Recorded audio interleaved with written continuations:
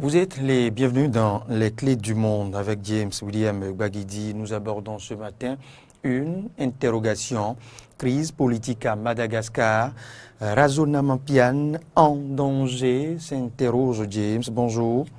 Bonjour Loris, bonjour à tous les téléspectateurs et bien sûr à tous les auditeurs. Oui, vous me concédez la lecture du délicat nom de la première autorité malgache. C'est vous qui trouvez que le nom est délicat. Je voudrais aimer voir lire le nom écrit en malgache.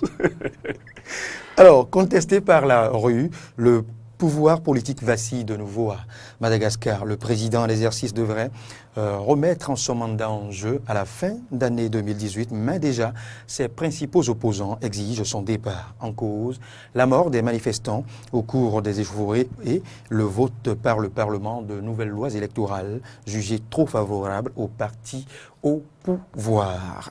Les questions à présent... On connaît les raisons officielles, je vous en parlais tantôt, les raisons officielles de la contestation politique à Madagascar. Mais James, y a-t-il autre raison, outre que le vote de cette loi favorable au parti au pouvoir, la mort des manifestants? Y a-t-il autre raison?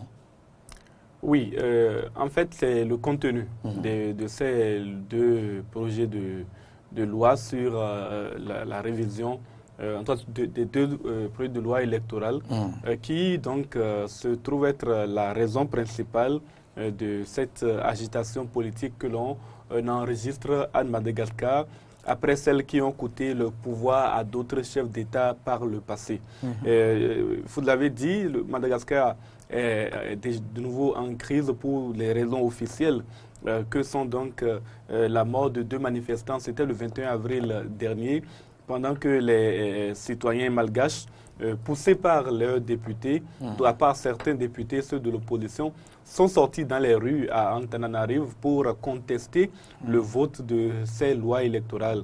Et au cours de ces manifestations, ces deux manifestants sont morts, tués par des balles tirées selon ces derniers, selon les manifestants par la police, selon les partis d'opposition par la police. Et donc, cette mort de manifestants a été la goutte d'eau qui a fait déborder le vase. Désormais, pratiquement au quotidien, la rue s'anime à Antananarive et les manifestants exigent le départ du pouvoir du président Razona Mampian. Mais les raisons profondes sont ailleurs parce que les partis d'opposition ont à leur tête deux anciens chefs d'État qui ont une forte envie de revenir au pouvoir. Ces deux anciens chefs d'État, c'est Ange Rajouel et Mak Ravalomanan. Ange Rajouel, pour sa part, commençons d'abord par Mak Ravalomanan. Mak Ravalomanan était président de la République jusqu'en 2010.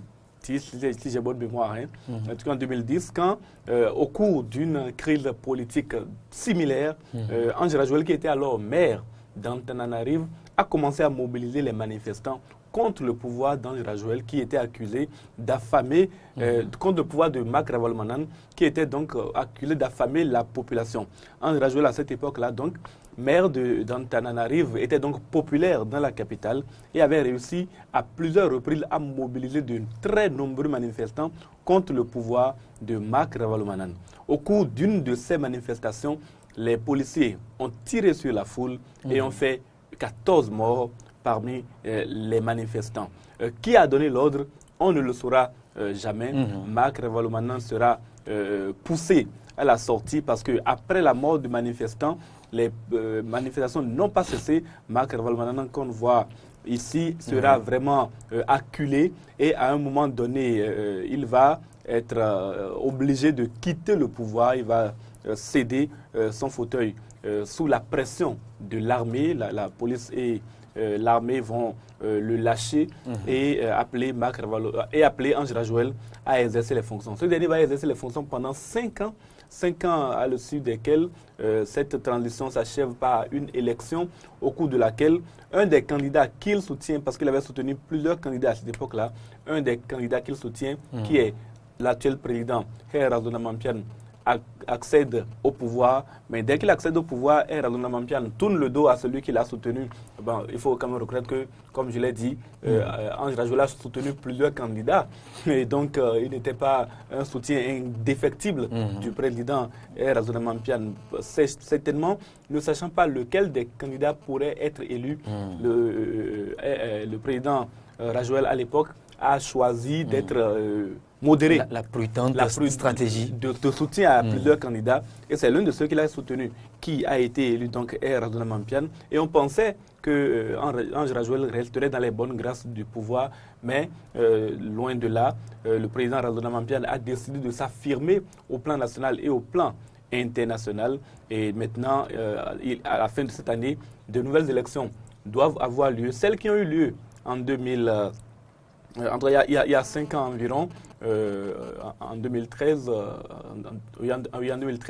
ont abouti à une victoire de Razona Mampiane. Mais en réalité, ce qui se passe maintenant, c'est qu'on a exclu déjà de ces élections-là en 2013, que ce soit Ange Rajouel ou Marc Ravalomanane. Et les prochaines élections, encore les nouvelles lois qui viennent d'être votées, excluent de nouveau de ces élections autant Marc Ravalomanane que Ange Rajouel. Ces deux ont donc initié les manifestations qui ont lieu dans la rue aujourd'hui parce qu'ils estiment avoir le droit d'être candidats face au président Razona Mampiane, dont il faut le dire, le bilan n'est pas non plus très reluisant et chacun d'eux espère emporter la mise. Donc ce sont deux frères ennemis d'hier qui s'associent aujourd'hui contre le président en exercice, et c'est surtout parce qu'ils ont une forte envie chacun de revenir au pouvoir. Voilà les raisons officieuses que personne ne voudra vous confirmer à Madagascar.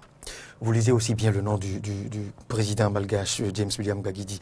Poursuivons notre lecture, notre décryptage. Alors, nouvelle donne, les militaires malgaches appellent les autorités, les responsables des partis d'opposition à prendre leurs responsabilités. Pourquoi cet appel ? Alors, c'est une habitude chez les militaires malgaches de se mêler de l'affaire politique. C'est d'ailleurs un militaire qui a été nommé, qui est généralement nommé ministre de la Défense à Madagascar. Et les militaires expriment comme une forme d'indépendance vis-à-vis du pouvoir politique à Madagascar, le pouvoir politique qu'ils influencent parfois par leur action à eux. Il faut se souvenir que Didier Ratsirac, président de l'époque, dernier président de l'époque dictatoriale, a lui-même été poussé à la sortie par les militaires. Ensuite, quand Marc Ravalomanane a accédé au pouvoir, lui aussi, il a été poussé à la sortie par les militaires. Je viens d'en parler.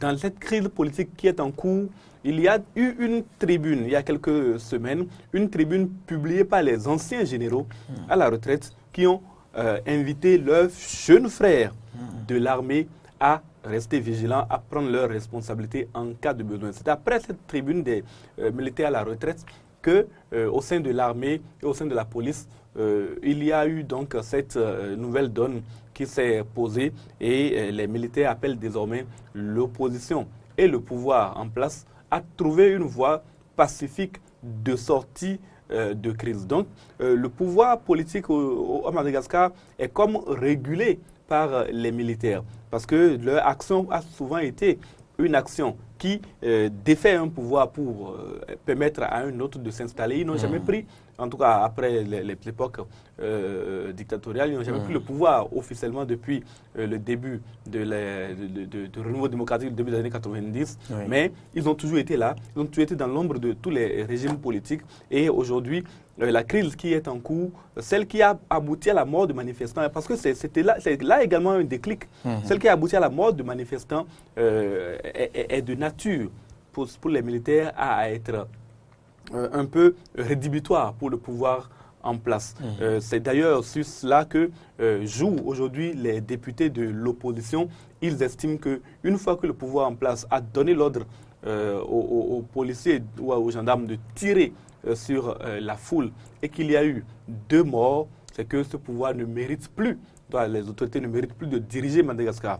À l'heure actuelle, mais il y a une contestation. Le président Razona Mampiane a donné une interview dans laquelle il a affirmé qu'il y a eu des blessés sur lesquelles ont été retirées des chevrotines.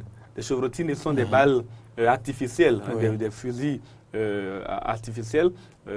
Est-ce que les militaires utilisent des chevrotines? Selon lui, c'est non. Et donc, que ceux qui ont tiré et qui ont tué des manifestants sont probablement issus des rangs de l'opposition parce qu'il y avait un tel cafouillage sur le terrain qu'on ne Une frange de badauds sûrement. Oui, qu'on ne saurait aujourd'hui déterminer qui est responsable de cette attaque. Selon lui, donc, c'est l'opposition qui a orchestré cela. Et comme la mort de manifestants est souvent le déclic qui amène les militaires à réagir et à chasser, ou du moins à retirer le pouvoir à celui qui est en place, ils pensent que c'est une tentative de coup d'État orchestrée de la même manière que cela a été orchestré contre ses prédécesseurs.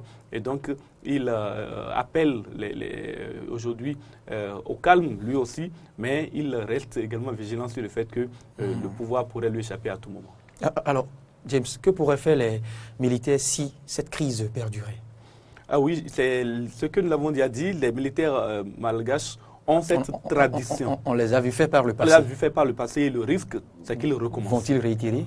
Ça, on ne saurait le dire. La neutralité qu'ils ont décidé, parce qu'ils ont annoncé qu'ils ne tireraient plus, ils ne tireraient plus sur les manifestants, ils ont affirmé qu'ils n'empêcheraient plus les manifestations sur la place du 13 mai. Cette neutralité, alors même que normalement le pouvoir, la force régalienne appartient au gouvernement en place.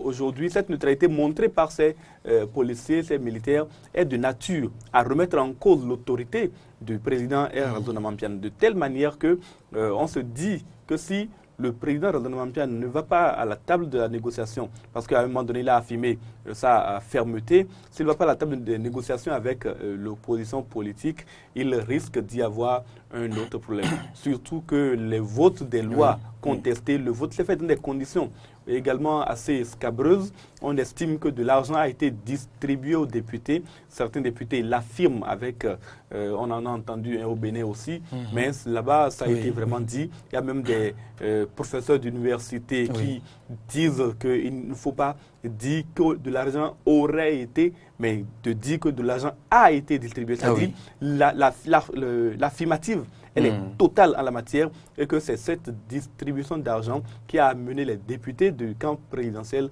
à voter en faveur de ces lois électorales. Et donc, si on en est arrivé à de la corruption électorale et que si de l'autre côté, le pouvoir a provoquer la mort de manifestants, en tout cas c'est ce que dit l'opposition, et c'est que le pouvoir a perdu une partie de sa légitimité et il est contesté. Aujourd'hui, le risque est que les militaires finissent par prendre le pouvoir pour le confier à un autre civil. Oui, James, pour finir, à l'instar de ses prédécesseurs, Razonamampiane est-il vraiment en danger?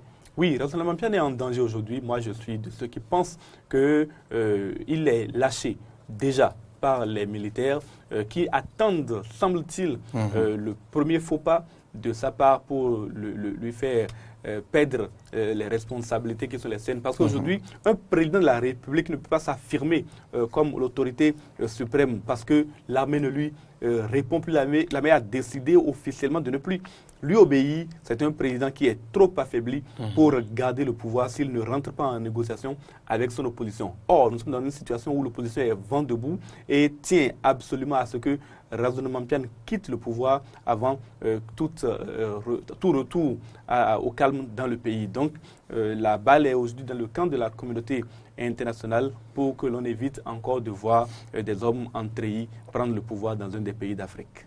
Et oui, c'était les clés du monde. Merci James William Baguidi.